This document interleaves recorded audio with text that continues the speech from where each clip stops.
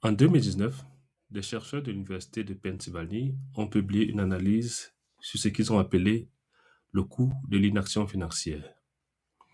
Ils ont suivi des milliers de ménages sur une période de 20 ans et ils ont mesuré une chose simple. Combien coûte en patrimoine final le fait de reporter d'un an le début de ces investissements? Leur conclusion. Chaque année de retard coûte en moyenne 3 et 5% du patrimoine final, pas 3 à 5% du montant investi, 3 à 5% du patrimoine total qu'on aurait pu accumuler. Sur 20 ans d'horizon d'investissement, commencer 3 ans trop tard peut représenter une perte de 15 à 20% du patrimoine final. Ce n'est pas mon avis personnel. C'est de la mathématique, c'est de la recherche à des données réelles, à des données empiriques. Bienvenue dans mes finances à moi, je suis Joël. Aujourd'hui, on va parler d'un sujet que personne ne traite sérieusement parce qu'il est invisible. On ne parle jamais de l'argent qu'on n'a pas perdu. On ne parle jamais de la richesse qui n'a pas eu la chance d'exister. On ne fait jamais le deuil des intérêts composés qu'on a laissés sur la table. Aujourd'hui, on fait ce calcul, ensemble et précis. D'abord, laisse-moi te parler de Benoît. Benoît a aujourd'hui 38 ans. Il vit en Europe depuis à peu près 12 ans. Ingénieur dans l'industrie aéronautique. Salaire net, 3 400 € par mois. C'est du sérieux. Il est compétent. Quelqu'un qui ne prend pas de risques inutiles. Et c'est précisément là que le problème commence. Benoît a commencé à parler d'investir à 28 ans. Il avait certes lu quelques articles, regardé quelques vidéos. Il avait même ouvert un dépôt sur une application. Et puis, plus rien. Il a attendu. Il attendait d'en savoir plus, de comprendre mieux les ETF, de choisir le bon courtier, de trouver le bon moment, d'avoir un salaire plus confortable, de rembourser d'abord son crédit de voiture. À 32 ans, il n'avait toujours pas commencé. À 35 ans, finalement ouvert un dépôt. Il a mis 500 € dedans, disons comme ça, pour voir ce que ça donne. Aujourd'hui, à 38 ans, il n'y a investi que 1800 €. En 10 ans de bon salaire, Benoît a investi 1800 €. Ce n'est pas un problème de revenus. Ce n'est pas un problème de connaissance. Benoît comprend très bien comment fonctionnent les marchés. C'est un problème de procrastination financière. Et la recherche nous dit que c'est l'un des biais les plus coûteux et les moins étudiés en finances personnelles. Commençons par définir de quoi on parle. La procrastination financière, c'est le fait de reporter régulièrement les décisions financières importantes, malgré l'intention déclarée de les prendre.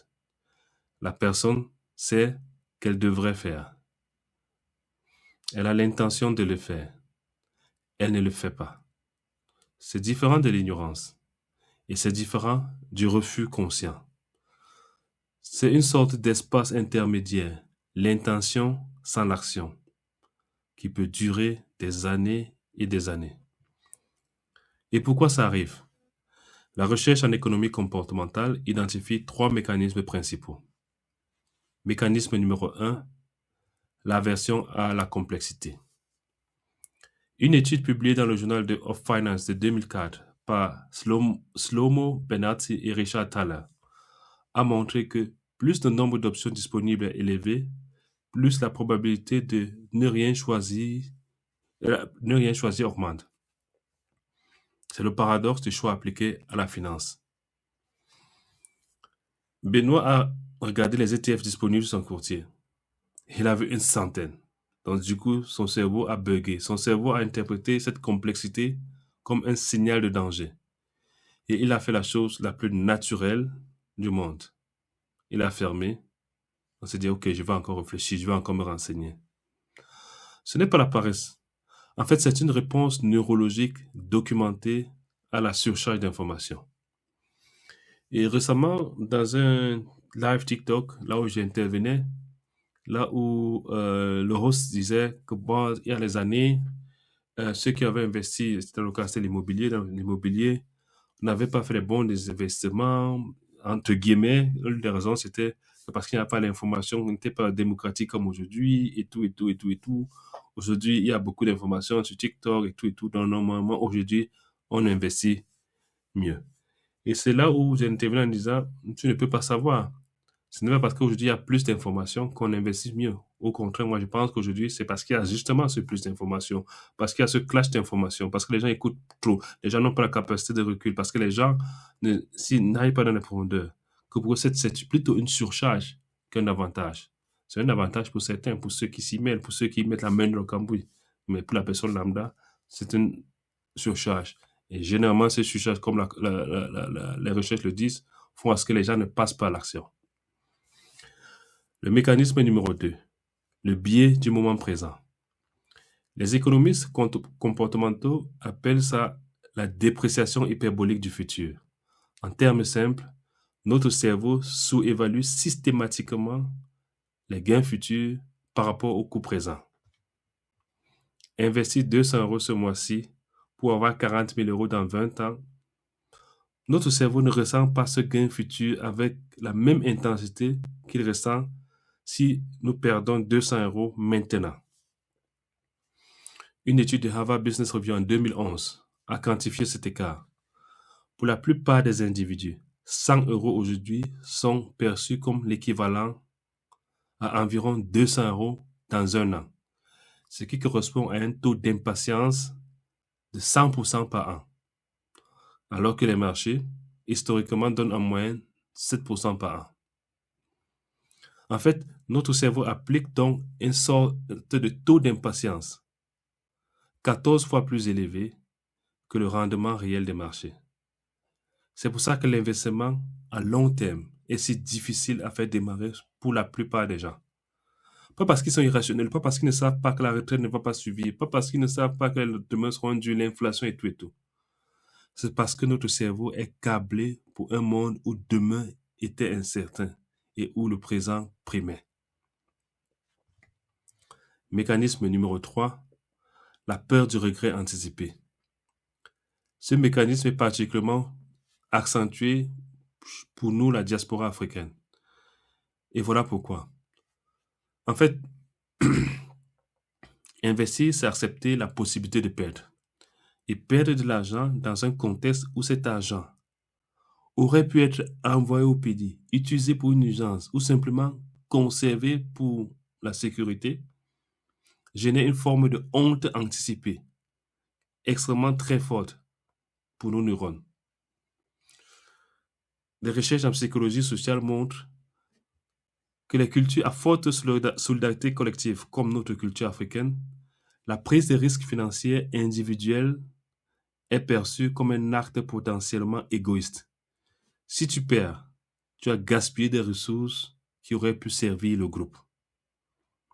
Cette peur du regret collectif anticipé paralyse beaucoup d'entre nous, bien plus efficacement que n'importe quelle complexité technique.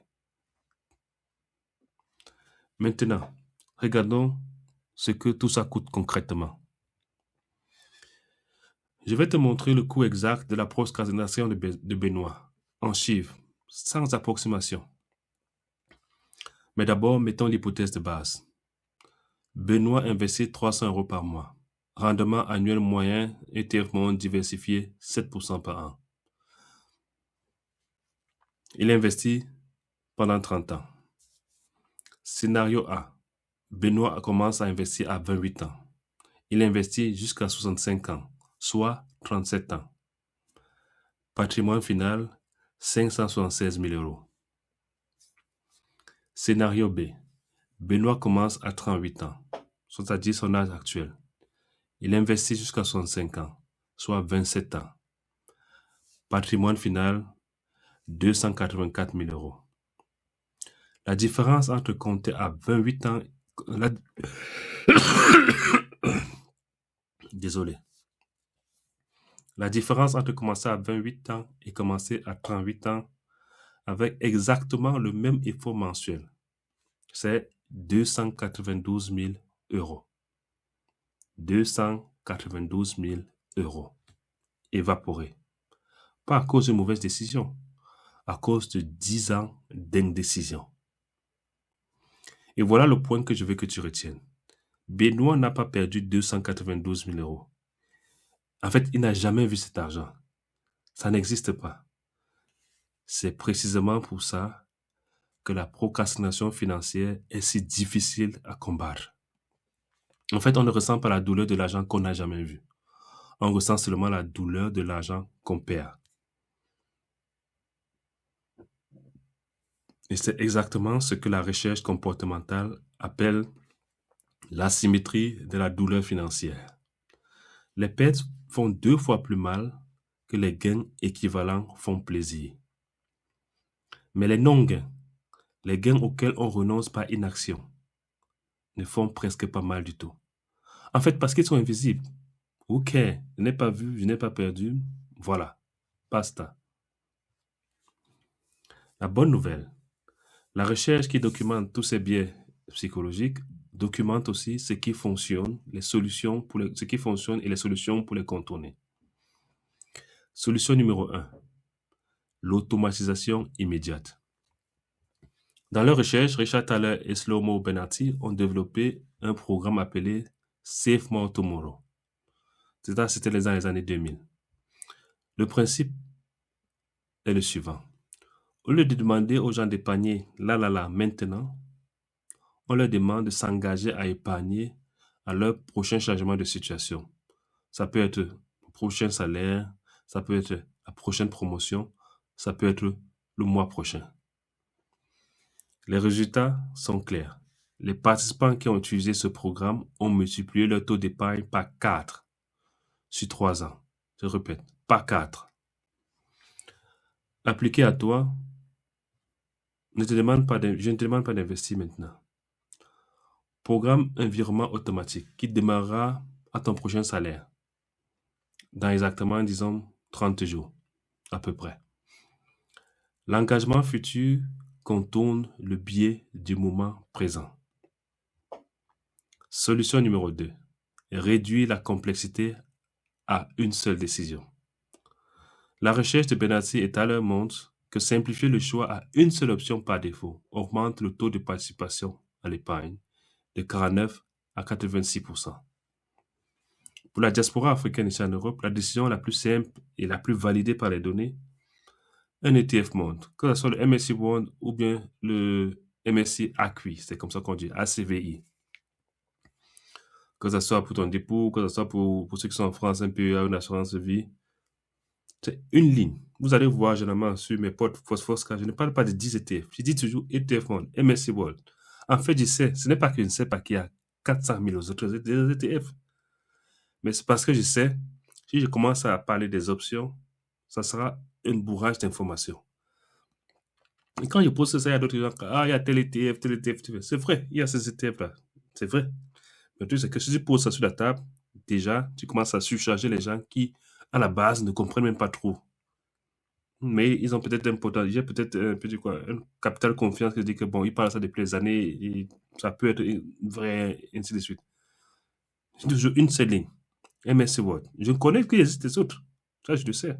Mais c'est que si on le parle, si j'en parle, comme je dis, j'active directement ce biais-là. Donc, pas besoin d'analyser 400 ETF, pas besoin de choisir le moment parfait. Tu prends une décision automatisée, répétée. Solution numéro 3, rendre le coût de l'action visible. Et c'est ce que nous sommes en train de faire aujourd'hui dans ce podcast. Calculer ce que Benoît a laissé sur la table. Pas pour le culpabiliser, mais parce que rendre le coût visible active une partie du cerveau que l'abstraction n'atteint pas. C'est pour ça que je te recommande de faire ce calcul pour toi-même. Prends ton âge actuel, prends l'âge auquel tu aurais pu commencer, calcule la différence en patrimoine final Disons avec 200 euros par mois, rendement de 7% par an. Regarde le chiffre. Et laisse ça faire effet dans ton cerveau. Donc, voici ce que je te recommanderais de faire cette semaine. 3 actions dans l'ordre suivant. 1. Si tu n'as pas encore un dépôt, ouvre-en aujourd'hui en ligne. Il y a les traites publics, il y a Scale Capital, bon bref, les brokers en ligne. Ça te coûte avec l'authentification en ligne sur le téléphone, maximum 20 minutes. 2. Décide d'un montant mensuel. Pas le montant idéal. Le montant que tu peux faire sans trop réfléchir. Ça peut être 50 euros, ça peut être 100 euros, ça peut être 200 euros. L'important, c'est que ça soit automatique et que ça parte au prochain salaire. 3. Choisis un ETF Monde, un seul, le MSCI World ou le ACVI, le S&P 500 si tu veux même. Mais un seul des deux, pas les 3, pas les 4, non, un seul. Et programme le virement récurrent. Dans le code podcast, dans la description du podcast, je vais mettre quelques usines pour vous. Mais je ne vous demande pas vraiment de faire les 3. Un seul, choisissez au pif. Vous pouvez même quoi lancer la pièce si vous voulez. Mais faites un seul de ces ETF. Investissez sur une seule position. Et ce sera tout. Pour cela, tu n'as pas besoin d'un cours, tu n'as pas besoin de masterclass, tu n'as pas besoin... Non, tu n'as pas besoin d'attendre le bon moment. 3 actions cette semaine. Alors, certains de vous l'ont finalement fait. Et Benoît en est un. Ceux qui me suivent depuis des années déjà. Il l'a fait il y a 6 mois, à 38 ans. Et il m'a dit une chose simple. La seule décision difficile, c'était la première. Tout le reste était automatique. Le meilleur moment pour planter un arbre, c'était il y a 20 ans. Le deuxième meilleur moment, c'est maintenant. Ce proverbe ne vient pas de moi, mais les données le confirment. Je suis Joël, c'était mes finances à moi. Les données d'abord, l'action ensuite. Pas demain. À la semaine prochaine. Ciao.